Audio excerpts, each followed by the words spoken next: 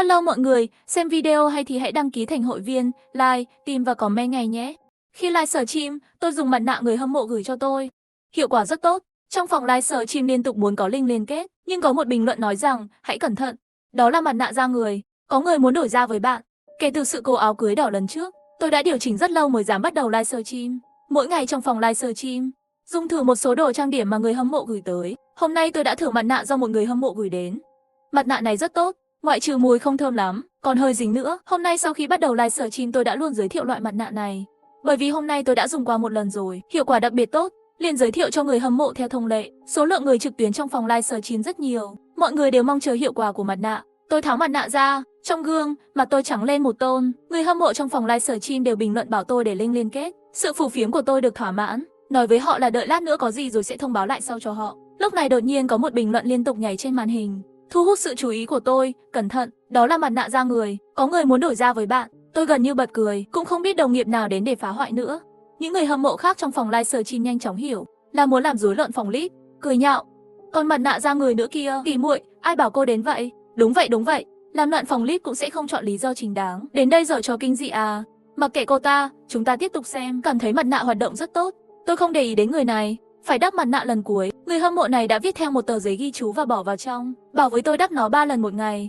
Đây là lần đầu tiên tôi gặp trường hợp phải đắp mặt nạ 3 lần một ngày. Mặt nạ thông thường đều là 2-3 ngày đắp một lần, nhưng hiệu quả của mặt nạ thực sự tốt, có lẽ thật sự có cái gì đặc biệt. Tôi vừa ngâm nga một bài hát nhỏ vừa mở mặt nạ ra, nhưng miếng cuối cùng này mùi càng khó ngửi hơn. Tôi cố nén buồn nôn, định đắp lên mặt. Kết quả vừa rồi người hâm mộ đó trực tiếp gửi tới bình luận: trên mặt nạ có mùi hôi phải không? Cô nhìn kỹ đi, da của bạn có phải trắng hơi quá không? Đây hoàn toàn không phải là do người hâm mộ của bạn gửi cho bạn. Mặt nạ da người mà người hàng xóm bị biến dạng của bạn đưa cho bạn. Tôi tức giận, trực tiếp lấy hộp chuyển phát nhanh hôm nay ra. Tôi đặt trong phòng livestream, hãy để mọi người xem rõ địa chỉ trên đó. Cái gì mà hàng xóm biến dạng bên cạnh đâu? Người hâm mộ đó rõ ràng nói cô ta ở Hải Nam, cách đó 1000 km mà. Địa chỉ gửi hàng trên hóa đơn chuyển phát nhanh cũng viết là Hải Nam. Không sai, tôi chờ người hâm mộ của tôi đi block cái tên anti-fan này. Kết quả tình hình ở trong khu vực bình luận không đúng lắm. Tôi đã kiểm tra mã vận đơn chuyển phát nhanh, thật sự là gửi từ cùng thành phố, thậm chí ngay cả trạm cũng cùng một trạm. Lẽ nào thật là người hàng xóm giở trò đùa không? Tôi cũng đã kiểm tra rồi, thật đáng sợ. Chuyển phát nhanh trong cùng thành phố. Tôi nhanh chóng cũng lên mạng kiểm tra thông tin vận chuyển. Người hâm mộ đó nói đúng. Đúng là cùng một trạm nhận hàng. Tôi biết trạm chuyển phát nhanh này, ngay trước cửa tiểu khu của chúng tôi. Hóa đơn chuyển phát nhanh có thể làm giả, nhưng thông tin vận chuyển thì không được. Nhưng mà, nếu không phải người gọi 8 chữ này phá rối tình hình, căn bản sẽ không ai kiểm tra chuyển phát nhanh. Tôi lập tức có cảm giác rùng mình. Anh ta không lẽ nói thật đấy chứ? Và lúc này cô ta lại lên tiếng rồi. Có phải cô ta dặn bạn đắp 3 lần một ngày không? Đừng đắp mặt nạ này 3 lần, bạn sẽ bị người ta thay da. Và cô ta nhấn mạnh rằng nó phải được đắp xong trước 12 giờ, phải không? Sau 12 giờ cô ta không thể đổi da với bạn nữa. Tôi bị sợ tới nỗi suýt nữa thì ném mặt nạ ra ngoài. Việc mà tôi đắp 3 lần một ngày, tôi không nói trong phòng livestream, mà tôi chỉ sử dụng nó một lần trước khi livestream. Cho dù thêm lần này thì cũng chỉ mới là 2 cái. Làm sao anh ta biết được chuyện phải đắp 3 lần một ngày? Mà điều quan trọng nhất là, tôi chợt nhớ ra, tôi thực sự có một người hàng xóm bị biến dạng tên là chị Đồng. Nghe nói chị Đồng vốn rất đẹp, vài năm trước bị biến dạng do hỏa hoạn. Con người cô ấy cũng khá tốt, nhưng thường ở ven đường tiểu khu, nhưng có chút thần kỳ. Cho đến một ngày, khi tôi cố tình đi chậm lại và đi ngang qua cô ấy, nghe cô ấy nói, cô ấy đẹp quá. Nếu có thể cho tôi ra mặt đó thì tốt biết bao. Đó là khi tôi biết cô ấy muốn ra mặt của tôi. Tôi nhanh chóng vứt mặt nạ đi. Tôi thở một hơi và lấy lại bình tĩnh. Người dẫn chương trình bị sao vậy? Đây là bị dọa sợ rồi à? Nói có ý thức tí đi. Nếu người dẫn chương trình thực sự vì chuyện bị thay da này, làm sao bây giờ? Vô tình lướt phải, xin buông tay. Đồng thời phòng livestream nhanh chóng bị anh ta gửi bình luận. Cho dù bạn vứt đi, đã đắp 2 ngày rồi, vẫn phải điều trị. Nếu không ngày mai da của bạn sẽ bị mưng mủ. Do dự một chút, tôi đã mở kết nối livestream. Tôi cầu xin anh ta cứu tôi, hỏi anh ấy xem tôi phải làm gì bây giờ. Tôi rất lo lắng nhìn chằm chằm vào ảnh đại diện của đối phương. Mắt tôi không thể không trôi về phía bên phải của màn hình. Đúng vậy. Thực ra tôi không sợ hãi như bề ngoài, tôi chỉ vì lưu lượng truy cập giữa các livestream. Với sự xuất hiện của anh ta, số lượng người trong phòng livestream tăng lên. Theo xu hướng hiện nay, điều này có thể khiến tôi nổi tiếng chỉ sau một đêm. Đương nhiên phòng livestream cũng không ít người nhìn thấy tâm tư của tôi. Đây là hiệu quả livestream phải không? Suýt thì tin rồi, nhưng người dẫn chương trình trông thực sự không biết mà. Đừng tin chỉ là diễn kịch thôi. Tôi bỏ qua những bình luận này, vẫn giả vờ sợ hãi, hỏi anh ta nên làm gì. Lúc này liên kết được kết nối, là một cô gái trưởng thành ổn định, nhưng nói chuyện thật điên rồ. Tôi là một tiểu đạo sĩ tên là Hoa Sơn, xem người dẫn chương trình cảm thấy có vận xui, chỉ muốn ra tay cứu giúp. Mặt nạ này còn được gọi là mặt nạ da người, chỉ cần trong một ngày đắp 3 lần là sẽ bị thay da. Hoắc Kỳ Lâm gia, hàng xóm của bạn thèm muốn vẻ đẹp của bạn, muốn đổi lấy khuôn mặt của bạn. Những gì cô ta nói là có thật. Tôi giả vờ lắng nghe, mắt lại liếc nhìn số người. Phòng livestream đã có hơn 50 vạn người rồi. Tôi nghĩ mình đã phát tài rồi. Chống lại sự sung sướng khi giàu có, tôi dùng giọng nói cố gắng can đảm nói, nhận được chuyển phát nhanh và toàn bộ quá trình dùng thử theo ghi chú. Wow, nghe có vẻ như thật vậy. Dù có phải là kịch bản hay không, dù sao cũng làm tôi thích thú, tôi muốn xem. Đúng, người dẫn chương trình tiếp tục đi. Anh ta hỏi tôi, cô vừa nói có một tờ giấy ghi chú. Tôi lập tức lấy tờ giấy đó ra và đưa lên trong phòng livestream. Lúc này tôi mới phát hiện ra, phía sau ghi chú còn có một dòng chữ nhỏ. Tối nay đổi ra với tôi được không? Đại sư bên kia điện thoại còn gấp hơn tôi. Không tốt, bây giờ sắp đến lúc rồi. Cô ta đã đột nhập vào nhà bạn và bắt đầu kiểm soát. Mau ngăn cô ta lại. Tôi và người hâm mộ đều đang trì trệ cùng một lúc. Sau đó bình luận trên màn hình điên cuồng liên tục gửi đến. Không phải đấy chứ, hung thủ đang ở trong nhà người dẫn chương trình. Thật hay đùa vậy? Giả thôi, chỉ là hiệu quả lắc dâm thôi. Ha ha, tôi thực sự tò mò rồi. Lát nữa sẽ có cái gì xuất hiện. Lúc này, bầu không khí trong phòng livestream đã lên đến đỉnh điểm. Người không ngừng vào phòng, mắt nhìn sắp đạt đến 100 vạn. Nhìn vào số lượng người không ngừng tăng lên, trong lòng tôi lại muốn mắng. Chị Đồng đêm hôm sao có thể ở trong nhà tôi được chứ? Rõ ràng là tôi không mời cô ta tới. Bây giờ tôi phải đi đâu để tìm một người sống vào? Nhưng vì hiệu quả của chương trình, tôi vẫn giả vờ sợ hãi và nhìn xung quanh. Tôi bị mê hoặc bởi sự giàu có khổng lồ, thậm chí hy vọng thật sự có thể xuất hiện bóng người nào đó. Lúc này đại sư lại nhắc nhở tôi, bạn mang theo rác gạo nếp trong phạm 6 kiểm soát của cô ta, bạn có thể phá hủy nó. Không quả nhiều vậy nữa, có thể diễn đến đâu thì diễn tới đó. Chuyện lớn đến lúc đó đều đổ lên người đại sư.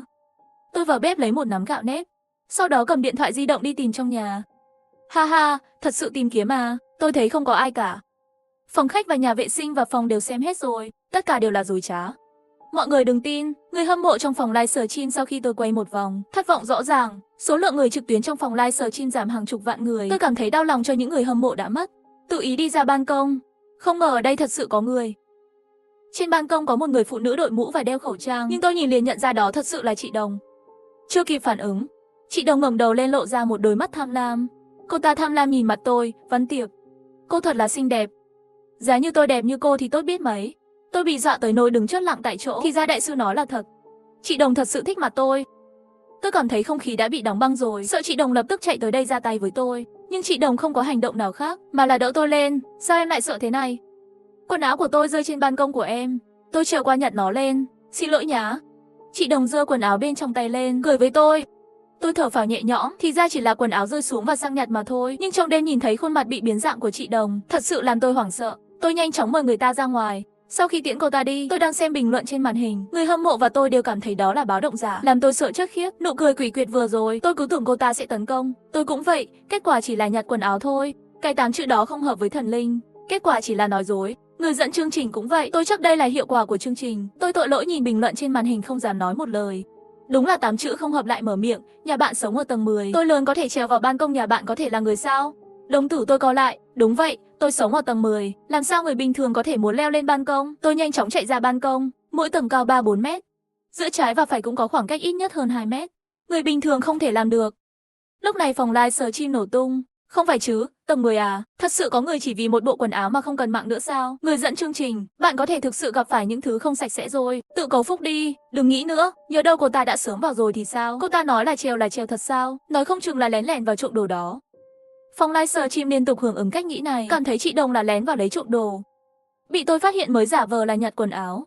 Chỉ có tôi biết là không thể. Vậy thì cô ấy thực sự là từ ngoài ban công trèo vào. Lúc này tôi không còn ý định làm giàu nữa. Giờ tôi chỉ muốn sống. Tôi cầu xin sư phụ cho tôi lời khuyên. Đại sư nói ban công nhà tôi ở phía bắc. Đêm nay lúc này ở hướng bắc không thoáng. Bạn ra ban công tìm cẩn thận. Tôi vội vàng tìm kiếm trên ban công, nhưng nửa ngày không tìm thấy. Bởi vì tâm trạng khó chịu, tôi vô tình đá lung tung vào một chậu cây. Lại ngạc nhiên khi phát hiện, bên dưới chậu cây có một biểu tượng màu đen và đỏ. Đại sư khẩn trương nói, đúng rồi. Chính là cái này, mau hủy nó đi.